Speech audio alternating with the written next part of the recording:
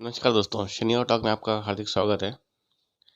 दोस्तों, आजकल हम लोग बहुत सुनते हैं स्टार्टअप इकोसिस्टम, ये सारी बातें होती हैं। पर कई बार मुझे ऐसा लगता है कि स्टार्टअप यानी कि सिर्फ टेक्नोलॉजी कंपनियां या सर्विस प्रोवाइडर हैं, उन्हीं के लिए काम आती है, या मैन्युफैक्चरिंग सेक्टर के लिए भी स्टार्टअप का कोई प्रावधान है? अब ये मैं बोलूँगा तो आप मुझे फट से बोलेंगे कि प्रावधान है, मुद्रा लोन है, ये है, स्टार्टअप की फंडिंग उससे हो सकती है। पर उसमें अगर आप देखेंगे, मुद्रा लोन के बारे में अगर आप बात करते हैं, उसके स्टार्टअप फंडिंग की बात करते हैं, तो अगर आपके पास कोलेटरल नहीं है तो आपको वर्किंग कैपिटल नहीं मिल सकता। जा या आपकी पहचान नहीं है बैंकों में, तो बैंक आपको नहीं देते। अभी भी हमारा जो इकोसिस्टम है, फिनटेक के लिए तो बहुत से मिल जाते हैं, या टेक्नोलॉजी स्टार्टअप्स के लिए बहुत से फंडिंग आ जाते हैं। बट मैन्युफैक्चरिंग या स्मॉल सर्विस प्रोवाइडर हैं, उनको स्टार्टअप बोलने के बाद they have to arrange their own money. उन कोलेटरल नहीं है, धंधा है, सब कुछ है, बट उनको बैंक लोन नहीं देते। इस हम लोग फील्ड में रहते हैं, हम लोग फील्ड में हमने कई लोगों से बात की, तो एक चीज़ समझ में आती है, आपके पास धंधा होना ही काफ़ी नहीं है, आपके पास कोलेटरल होना ज़रूरी है। अगर कोलेटरल है तो आपको आपको मुद्रा लोन से लेके सारा ही लोन मिल सकता है। अदरवाइज आप मैन्युफैक्चरिंग सेक्टर में आप ब्लू कलर जॉब कितनी भी खड़े कर लो, उसकी कोई वैल्यू नहीं है। अभी इतने में ही अभी हमें मेरी बात सिडबी में हो रही थी।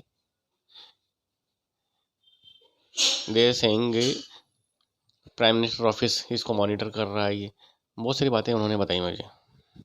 बट सच्चाई तो ये है कि बैंक देता ही नहीं है।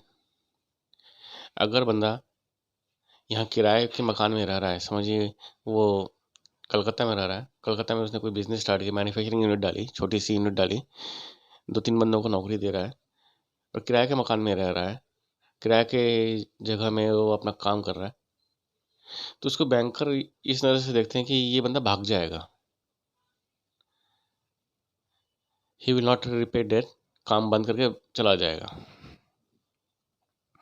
कोलेटरल ना होने की वजह से उसको मार्केट से हाई रेट पे पैसे उठाना पड़ता है, जिससे कि धीरे धीरे धीरे करके उसका बिजनेस बंद होने की कगार पे आ जाता है, या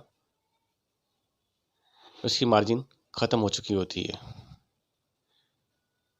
अभी देश में one nation one tax, one nation one mobile number, one nation one ration card सब शुरू हो गया, but one nation one collateral अभी तक नहीं मान आया है।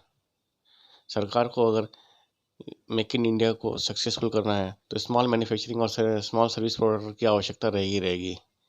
ऐसा नहीं है कि हर चीज़ बड़े ही लोग कर सकते हैं, तो सबके पास कोलेटरल होना भी संभव नहीं है।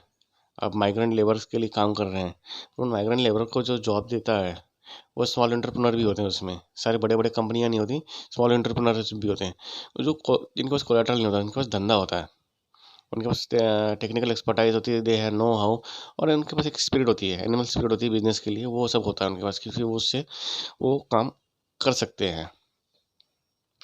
इस चीज़ों को देखते हुए, समझते हुए भारत सरकार को थोड़ा सा लचीला रुख अपनाना पड़ेगा, या तो स्मॉल सर्विस प्रोवाइडर और स्मॉल मैन्युफैक्चरर को कुछ इस तरह से फंडिंग की व्यवस्था करनी पड़ेगी, क्योंकि सिड भी छोटा लोन करती ही नहीं, बैंक विश्वास करके राजी नहीं, उनके हिसाब से ये एनपीए में कन्वर्ट हो जाएगा। एक ईएमआई टूट गई, हो सकता है 2 ईएमआई टूट गई, हो सकता है कि पेमेंट क्योंकि आ नहीं रही हो, क्योंकि सबसे सबसे अच्छी चीज़ हमारे देश का पूरा बिजनेस का इकोसिस्टम ये है कि आपको जरा भी समस्या आई तो अपने वेंडर की पेमेंट रोक दो। अब क्योंकि वेंडर की कोई तो लायबिलिटी होती नहीं है, वेंडर को ना कोई जीएसटी भरनी है, ना वेंडर को कोई सैलरी देनी है, ना और कोई उसके खर्चे हैं, तो सबसे पहला काम है ये है कि आप वेंडर की पेमेंट रोक दो। अब वेंडर की पेमेंट रुकती है, स्मॉल एंटरप्राइजेस की टूटेगी, तो फिर वो जाएगा कहाँ, कब तक अपने घर से अपने आप को बेच के पैसा देगा? तो एक तो ये मानसिकता हमारी बहुत खतरनाक है कि वेंडर की पेमेंट रोको, दूसरी मानसिकता ये है कि बैंक ये समझती है कि स्मॉल एंटरप्रेन्योर है, यानी ये इसकी कोई क्रेडिट वर्थ ही नहीं है, तो ये यानी ये उसको लगा दो, उसके ऊपर एक टैग लगा दो। साफ साफ शब्दों में कहा जाए तो इसको चोर का एक टैग लगा दो कि भैया ये तो पैसे लेगा भाग जाएगा। अब पैसे दे कितने रहे हो, लाख 2 लाख रुपए में किसी बंदे की ज़िंदगी तो निकल नहीं सकती, उसको कुछ ना कुछ तो फिर से करना ही पड़ेगा। और आजकल सबको ही पता चल गया है कि भैया आप लोन नहीं रिपे करते तो आपको दूसरा लोन नहीं मिलेगा, आप कुछ नहीं कर सकते। तो इस पर सोचना पड़ेगा सरकार को, कोई मैकेनिज्म निकालना पड़ेगा, या तो फिर वन नेशन वन कोलेटरल का कुछ इशू इस पे काम कीजिए। वन नेशन वन कोलेटरल का काम करते हैं तो इससे ये हो जाएगा कि भैया प्रॉपर्टी आइडेंटिफाई हो जाएंगी। वैसे ही अब लाल लोरा ख़त्म कर दिया गया है, प्रॉपर्टी आइडेंटिफाई करके उसको प्रॉपर्टी आईडी दे दीजिए सारी प्रॉपर्टियों देश के, जिसको बैंक और उससे एक डेटाबेस हो, जैसे ही उसके पेपर जमा हो बैंक भी मान जाए कि भैया ये हमारी प्रॉपर्टी है, इसके अगेंस्ट लोन दिया जा रहा है, वर्किंग कैपिटल के तौर पे आ जाए। इवन अगर आप फार्म को एज ए प्रॉपर्टी ट्रीट करते हो, उसको कोलेटरल ले सकते हो, तो उसके लिए करो। क्योंकि स्मॉल एंटरप्रेन्योर के पास या तो अपने गांव में पुश्तैनी खेती है या पुश्तैनी मकान है, शहरों में उसके पास कुछ नहीं है, वो बनाने में उसको टाइम लगता है। तो अगर उसको काम करना है, उसको आगे बढ़ना है, तो उसको भी एक मौका मिलना चाहिए। और मौका मिलेगा कैसे? One case fail is equal to आप हर केस पे शक की नज़रों से देखना शुरू कर दें, तो ऐसा नहीं हो सकता। मैं ये नहीं बोलता कि ब्लाइंडली सभी को फंडिंग करें, बट कोई स्क्रूटनी का अगर कोई तरीका होना चाहिए। वो जो मेरी फीलिंग आती है, जो मैं बैंकरों के साथ डील करता हूँ, बात करता हूँ, तो मुझे ये समझ में आता है कि स्क्रूटनी का कोई तरीका नहीं है। उनको पेपर में चीज़ें थोड़ी भी ऊँची नीची दिखी पर उसको उस केस को ऑल टुगेदर कैंसिल कर देते हैं। और स्टार्टअप है तो आपके पास पेपर पूरे कभी नहीं हो पाएंगे। और आधे से अधिक लोगों को तो कंप्लायंसेस के बारे में नॉलेज ही नहीं है, तो उसके लिए कुछ अलग सिस्टम हो। मैन्युफैक्चरिंग के लिए, स्टार्टअप के लिए जो आपने मुद्रा लोन बनाया हुआ है, मुद्रा लोन में आपको सोचने का कन्वेंशनल तरीका चेंज करना पड़ेगा। नहीं कन्वेंशनल तरीका चेंज हुआ तो मेक इन इंडिया, बड़ी कंपनियां तो आ जाएंगी और छोटी कंपनियां गायब होती रहेंगी। और जितनी गायब होती रहेंगी, ठीक है, उसके बदले अगेंस्ट नई कंपनियां भी आ जाएंगी, बट जो कि इकोसिस्टम बन के आगे इकोनॉमी को बढ़ना चाहिए, वो स्लो पेस में ही जाएगी। और जो ब्लू कलर जॉब्स जनरेशन का जो गति है, वो बढ़ने के बजाय वो रुक रुक के बढ़ेगी।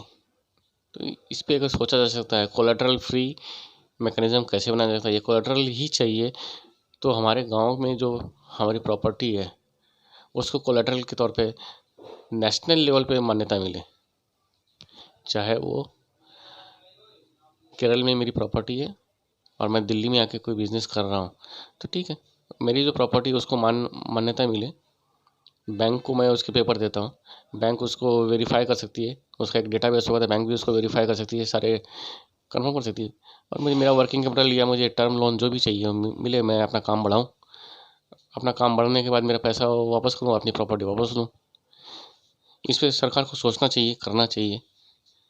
बाकी बजट में कुछ चीज़ें अच्छी हैं जो हमने पिछले वीडियो में भी डिस्कस किया था, देखते हैं आगे कैसा होता है, सरकार इस पर क्या करती है। फिर किसी नए विषय पे आपके साथ मिलेंगे शनिवार टॉक में, तब तक के लिए नमस्कार।